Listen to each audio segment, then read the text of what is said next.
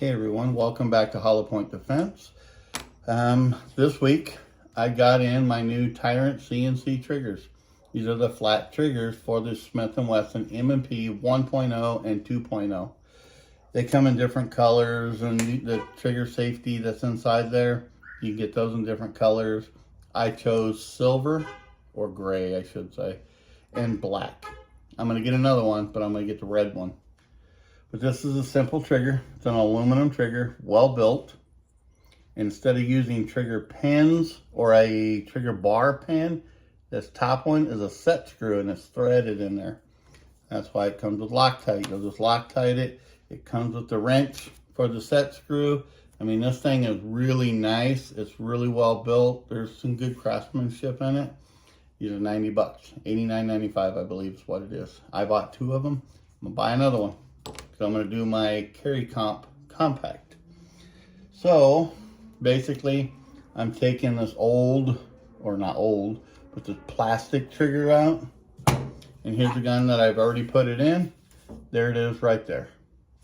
And to let you see this, this is still a metal. It's the same size frame. But when you go here, you can see how much travel there is and how much press. And then the reset, a little bit. Here's the gun, virtually the same gun. It's a metal, but with this one, there's your press. That's the wall, and then there's your press. There's your reset. Very, very short. I'm gonna say it's probably about a third shorter than the plastic trigger, but I really like this. It's got a good smooth run to it and reset and back. It's not real loud. Let's do it again and see if you can hear it. It's not real loud. It's a little bit quieter than the plastic one, but I like it. I don't really listen to that anyways when I'm shooting. I know where the feel is. So there you go. There's what the trigger looks like when it's inside there. I really do like these. If you're in my area of the town, I can help you put it in. That's not a big deal. They're very simple. Literally took me 10 minutes to take the gun apart, put this in there, and dry fire it. It's very quick and simple. But again, this little kit right here comes with your trigger and a set screw in it. Comes with Loctite and your little Allen key.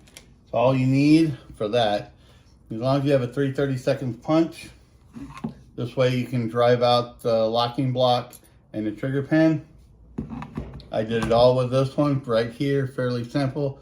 You'll just take out the locking block and then you'll take out your trigger. Your slide release will come out, trigger will pop right out, drive the old pin out, pop it off, put this trigger on it, set screw it in there, and Loctite it. And there you go, pretty simple. I may video this one from start to finish tomorrow. And I'll see if I can put it on here, but with YouTube policies, it's kind of weird. I'm not modifying anything. I'm just putting a new trigger on it. There's no modifications whatsoever. If you have any questions, post them below, and I'll put a link to where I got this. Again, it's just TyrantCNC.com. I bought these. These weren't given to me. So there's no sponsorship here, and I'm going to tell you how it is. And this weekend, we'll go out and run them. Probably in the night so we can see some flame coming out of these things. And I'll let you know. Take care, guys. Bye.